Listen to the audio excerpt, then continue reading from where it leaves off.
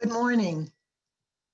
My name is Patricia Devine, and I am a member of the Worship and Music Committee. My pronouns are she, her, and hers. Welcome to our virtual service with the First Parish Plymouth congregation. These services are posted on our Facebook page and on YouTube. The first part of our service is recorded. Following the benediction, the recording will end. Then we will go into our candles of joys and concerns. This section is not recorded. Our service today is entitled Listen, Pay Attention, Remember, and is presented by Reverend Arthur Lavoie. Our guest musician, Jeff Margolis, is ill and is not able to join us this morning. Our technical director is N.Melville. We hope you stay for our virtual coffee hour after the service. Whoever you are, whomever you love, whatever you believe, wherever you are on your journey, come walk with us this hour. Let us walk together this hour.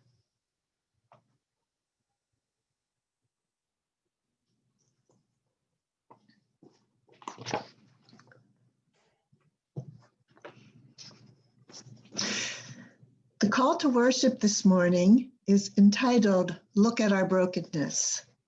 It's from the Ojibwe Indians of North America. Grandfather, look at our brokenness. We know that in all creation, only the human family has strayed from the sacred way. We know that we are the ones who are divided, and we are the ones who must come back together to walk in the sacred way. Grandfather, Sacred One, teach us love and compassion and honor, that we may heal the earth and heal each other. Our first hymn this morning is number 21, For the Beauty of the Earth.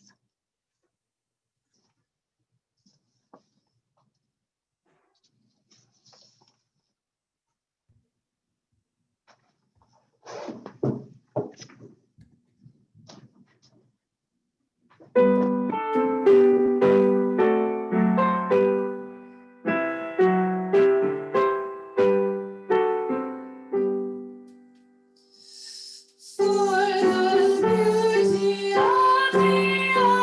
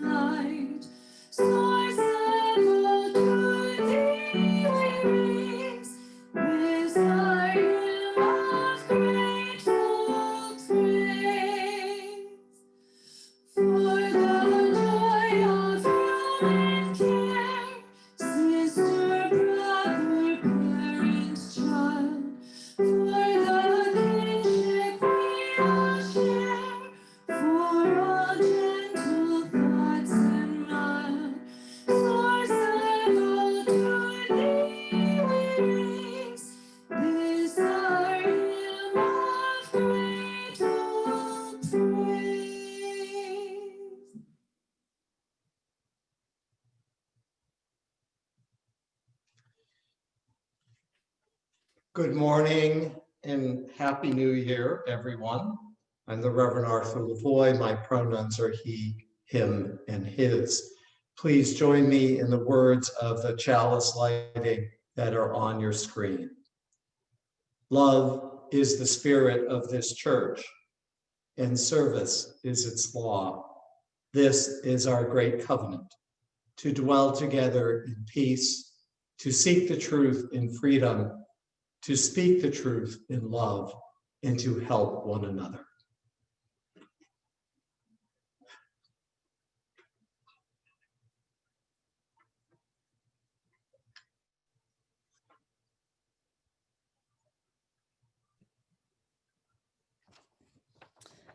Fighting for survival in New England.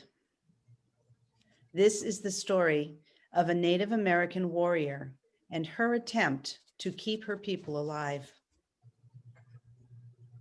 Weetomo was born between 1635 and 1640 on the shores of what is today known as Cape Cod. Her father, Corbitant, was the sachem or leader of the Pocasset people, one of the tribes of the Wampanoag Confederacy that lived throughout the territory we now call New England. Weetomo had one younger sister, but no brothers. So she knew from an early age that she would become the sachem of the Pocasset people. In addition to the traditional women's work of agriculture, preparing hides, and cooking, Weetomo learned and trained on how to hunt, fish, and fight, and learned diplomacy and leadership by observing her father. Weetomo grew up in a world that was changing very fast. Just before she was born, European diseases brought by the first traders had killed 90% of the Wampanoag population. Rival tribes had started to try to take over the Wampanoag lands. At the same time, the Puritan English settlers were spreading out from their first settlement at Plymouth. When she became sachem, Weetomo had to figure out how to protect her people from all of these threats. One of her strategies was to marry men who would make her position stronger. Her first marriage was to the sachem of the Saugus, another tribe in the Wampanoag Confederacy. When he died shortly after their wedding, she married Wamsuta, the son of Massasoit, the great sachem of the Wampanoag Confederacy. Her sister married Wasuta's younger brother, Metacom. These marriages brought the Pocasset people close to the center of the Wampanoag power. At the time of her marriage, the Wampanoag Confederacy was following a policy of peace negotiation with the English and used their English allies to keep aggressive neighbors' tribes away. Wamsuta became the great sachem when Massasoit died in 1661. As the sachem of the Pocasset and the wife of the great sachem of the Wampanoag, Weetomo's stature in the community grew drastically. But trouble was brewing. The English colonists of Plymouth kept demanding more and more land from the Wampanoag, and the English government started to view the Wampanoag as enemies rather than allies. In 1662, Wamsuta was brought at gunpoint to Plymouth to answer for the crime of selling land to people other than the Plymouth government. While he was there, he became suddenly ill and died. Weetomo and Metacom both believed that he was poisoned, and they lost faith in the English as allies from that point forward. Metacom became the great sachem of the Wampanoag, and tensions with the English continued to rise. Metacom started attacking English settlements. He was trying to stop further spread of the English people into the Wampanoag lands. This was the start of Metacom's War. The English called the conflict King Philip's War. The English called Metacom Philip in their official documents after his father petitioned them for English names for his sons. At this critical moment, Weetamoo had to make a choice. Continue trying to negotiate with the English or fight for the rights of her people. Her fourth husband decided to side with the English, but Metacomb was her brother-in-law twice over, the great sachem of her people, and he was fighting to try to protect all the Wampanoags from the English aggression. Weetamoo dissolved her marriage and committed her warriors to Metacomb's cause. In the early days of the war, she further committed to Metacomb by marrying his ally, a Narragansett sachem, Quinnipiac. By the summer of 1675, Weetamoo's marital and family connections meant that she commanded the allegiance of every major tribe in Metacomb's alliance. She was the powerful sachem and a feared enemy of the English people.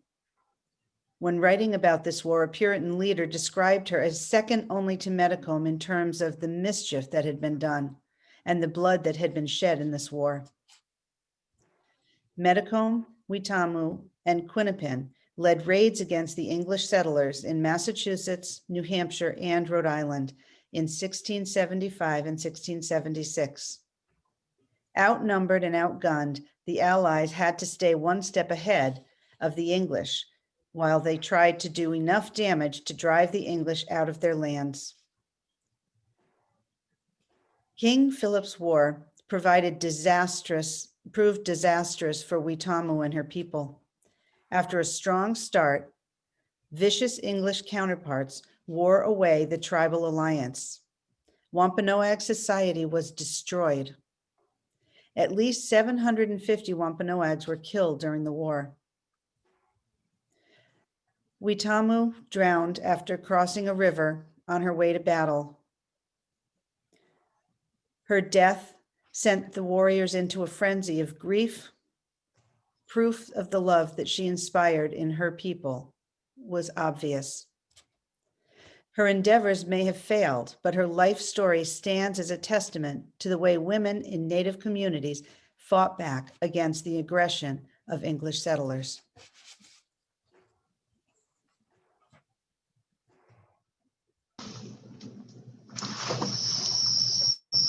An American Sunrise by Joy Harjo, U.S. Poet Laureate. We were running out of breath as we ran out to meet ourselves. We were surfacing the edge of our ancestors' fights and ready to strike. It was difficult to lose days in the Indian bar if you were straight. Easy if you played pool and drank to remember to forget. We made plans to be professional and did. And some of us could sing, so we drummed a firelit pathway up to those starry stars. Sin was invented by the Christians as well as the devil. We sang.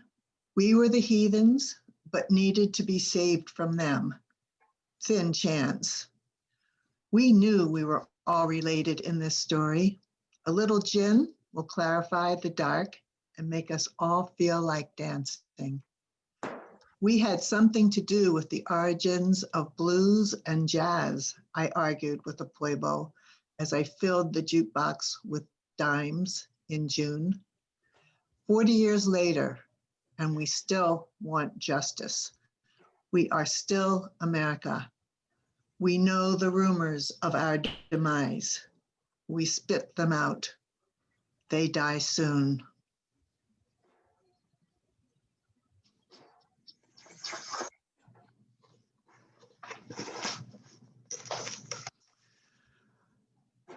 God is Red by Vine Delonia, Jr. At the bottom of everything is a religious view of the world that seeks to locate our species within the fabric of life that constitutes the natural world, the land, and all its various forms of life. As long as Indians exist There will be conflict between the tribes and any group that carelessly despoils the land and the life it supports. At the deepest philosophical level, our universe must have as a structure a set of relationships in which all entities participate. Within the physical world, this universal structure can best be understood as a recognition of the sacredness of places. Today, our society is still at a primitive aesthetic stage of appreciating the personality of our lands, but we have the potential to move beyond mere aesthetics and come to some deep religious realizations of the role of sacred places in human life. I suggest that we have on this planet two kinds of people, natural peoples and hybrid peoples. The natural peoples represent an ancient tradition that has always sought harmony with the environment. Hybrid peoples are the product of ancient genetic engineering that irrevocably changed the way these people view our planet. I can think of no other good reason why the peoples of the Near East, the peoples from the Hebrew, Islamic, and Christian religious traditions first adopted the trappings of civilization and then forced a peculiar view of the natural world on succeeding generations. The planet, in their view, is not our natural home and is in fact ours for total exploitation. We are today reaching the nth term in this sequence of exploitation and face ecological disasters of such complete planetary scope as to surpass our wildest imagination.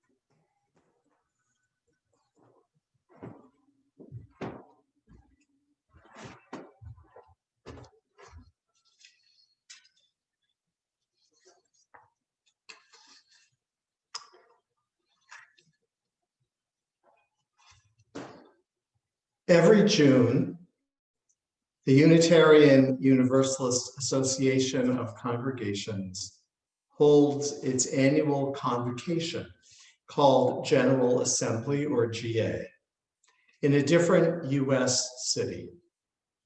For the last several years, at the opening night of GA, there is a ritual that honors the indigenous people that once inhabited the land where that city now stands. Every year during the months-long planning time, someone researches the indigenous history of the area and makes contact with current tribal leaders. There have been times when the local tribal leaders decline to participate, and that is their right. Personally, if I were them, I'd be wary and suspicious of the intentions of a mostly white religious group. More often, though, we have been blessed with beautiful rituals, each one of them different. Each one helps us to learn more about the culture, the rituals of the local Indian tribe, and the sacredness of the land we occupy at that General Assembly. Plymouth, you know, is the only place I've ever lived where there seems to be some common knowledge about the local indigenous tribe, the Wampanoag people, who once occupied this land. In the village of Patuxent, which was right here in this area where I'm now standing in downtown Plymouth. I have never before seen any community where the indigenous peoples of the area are even vaguely remembered. So I think it is fitting that our UU Association to incorporate this ritual in each of the cities that we visit. Now, some of you may have already seen the website, the Massachusetts Center for Native American Awareness, that is being posted on our e-blasts every week. This webpage has information on the Racial Equity Indigenous Challenge that your Social Action Committee has asked us to participate in this month.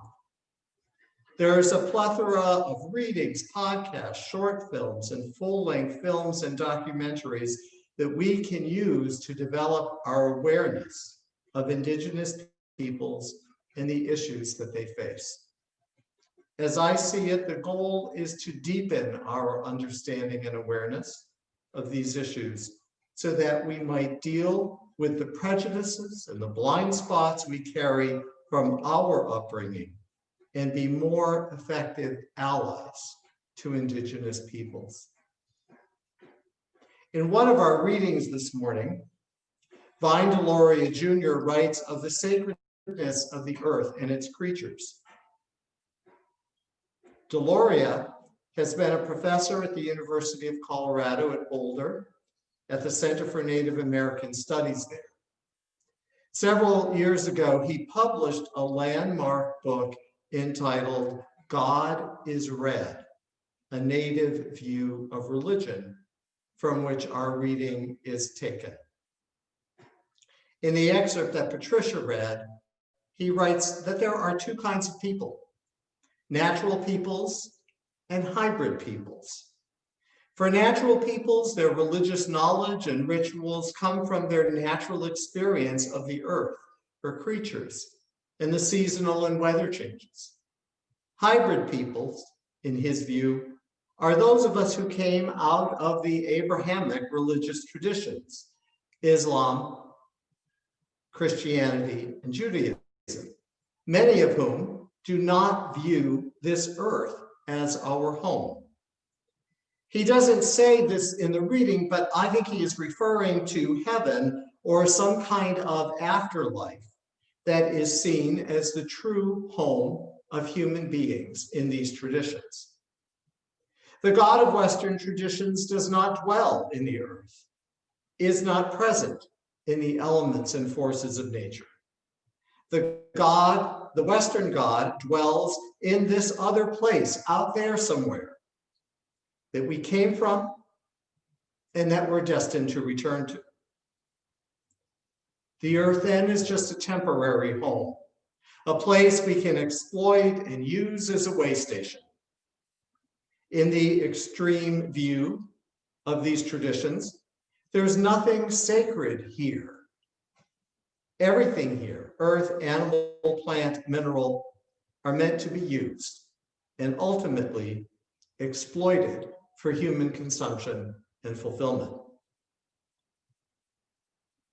One of the short films on the list at that website I mentioned is an interview with Lavoie, where he develops this idea further. The way he describes it, God comes to this planet and works in events, not in people and important places on the earth. We have lost, perhaps, from our own ancient indigenous roots, from wherever we have come from, we have lost our understanding of the power and the forces of energy that are present in some places more than in others. We plant our churches, we design our rituals where we think they should be, rather than asking the earth to tell us where are the most sacred and the most powerful places. Our rituals, like this sermon, tend to explain theory and theology and history.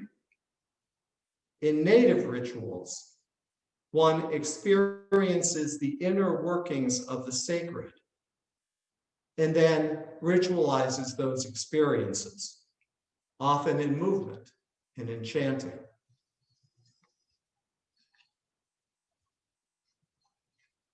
The Western religion of what he calls the hybrid peoples are set in beliefs, not in the lived experiences of the people they encounter, the sacred in all of its natural forms and manifestations throughout their daily lives. This, of course, sets up immense sources of conflict between natural and hybrid peoples. Thank you, Deb, for sharing some of the story of Witamu. I first heard of Witamu, the Wampanoag sachem or tribal leader, a couple of years ago when I attended a lecture at Pilgrim Home Museum that was given by a professor from Amherst College who had written a book about female leaders in Indigenous New England societies. That lecture blew my mind. It outraged me. It made me sad that the voices of these women have been disregarded by the history that most of us have learned. Imagine that in the 17th century, when the Pilgrims first arrived, the Wampanoag peoples were already practicing a more egalitarian society that we have barely achieved today. Unfortunately, our Pilgrim forebears were products of their own time, age, religion, and culture. They refused to acknowledge Witamu's authority. And when they had dealings with her tribal village, they went around her and spoke to her husband or her son. She was very adept, though, at acclimating to the Pilgrim Society, and she used the court system here in Plymouth to file several lawsuits against the English settlers who were encroaching on tribal lands.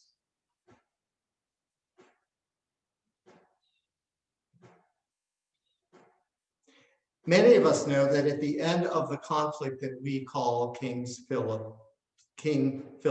War, Metacom, or King Philip as we know him, we may also know that at the end of the war, his head was severed and put on a spike in Town Square, somewhere here, or on Burial Hill, somewhere in the neighborhood here.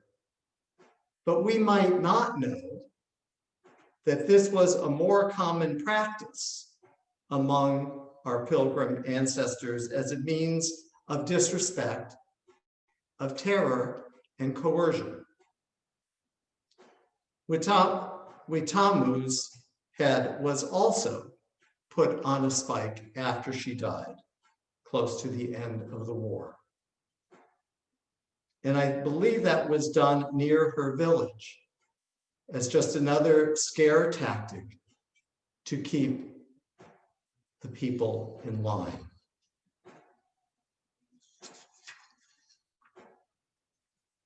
I titled this sermon, Listen, Pay Attention, and Remember. Because these are three things that white Americans often have trouble doing when it comes to dealing with each other, with the earth, and with any people of color, or any people who are different from that, for that matter. Listen. In my experience, white people like to do most of the talking. I know I do. We often have an inflated sense of our own authority. We think we're more expert on any given subject than we really are. This is especially true of white men. When I was in seminary, a friend of mine started using the phrase male answer syndrome. He described it as a men's disease where we always expect ourselves to have an answer for everything, whether or not we know what we're talking about. The term that's used today to describe this is mansplaining, and we're very good at it. Somehow, I guess it seems like a blow to our somewhat fragile egos to be quiet and to actually listen to the cares and concerns, the knowledge and wisdom of those we presume to have authority over. But listening is what we have to do in the current age, not just to other peoples, but also to the earth, its rhythms, its creatures, and the natural forces all around us. Paying attention is another thing that we're not very good at. Often, when other people are talking, we're preparing our defense or our rebuttal. We're not actually paying attention to the truth that is the speaker's experience. Because, you know, there is truth in all people's experience, whether we want to admit it or not. They're not wrong or inferior because their experience is different from ours. Remember. Most of the time, we don't remember our own family stories, our own immigration stories, the stories of our ancestors, how we came to be here. All the wisdom, hardship, and joy of those early family experiences have been swept aside by the ages as we search for the latest new idea or fad, as we move farther and farther away from our families of origin. In the same way, we often fail to remember the teachings of the earth and the powerful experiences that have filled our lives with meaning. Our most important task, I think, in these next few months is to become more culturally literate. It's important for us to know the historical and cultural markers in the lives of Native peoples who once held the lands of this vast continent sacred. My friend Helen Russo, in the introduction to her new book, Poems for a World on Fire, writes, Mother Earth is always a teacher if we will listen. As a mother with an unruly child, she has been patient and sent us warning prophets to call us back to her loving heart. But our ears have been closed because we thought we knew better. Now she is sending other prophets who are crying loudly against the destruction humans have created. The future will be decided by those who will listen and act for the common good. Amen. And blessed be. Please join us in singing our closing hymn, which is number 1073 in the Teal hymnal, The Earth is Our Mother. The earth is our mother, we must take care of her. The earth is our mother, we must take care of her. Hey, younga, ho, younga, hey, young, young. Hey, younga, ho, younga, hey, young, young. Her sacred ground we walk upon with every step we take. Her sacred ground we walk upon with every step we take. Hey, younga, ho, younga, hey, young, young.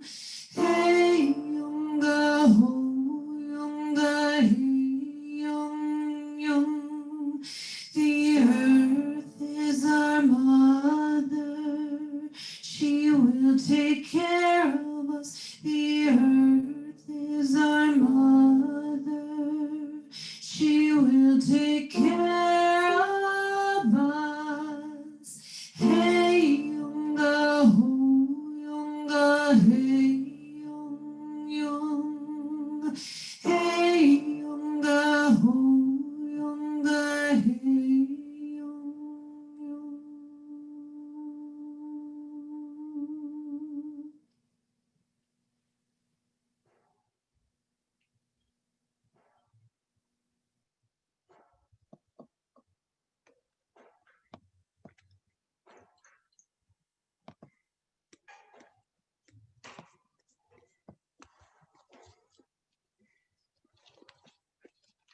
Our benediction this morning comes from the words of Black Elk and is called The Sacred Hoop. Then I was standing on the highest mountain of them all, and round beneath me was the whole hoop of the world. And while I stood there, I saw more than I can tell, and I understood more than I saw. For I was seeing in the sacred manner the shape of all things of the Spirit, and the shapes as they must live together as one being. And I saw that the sacred hoop of my people was one of many hoops that make one circle, wide as daylight and starlight. And in the center grew one mighty flowering tree to shelter all the children of one mother and one father. And I saw that it was holy. Amen.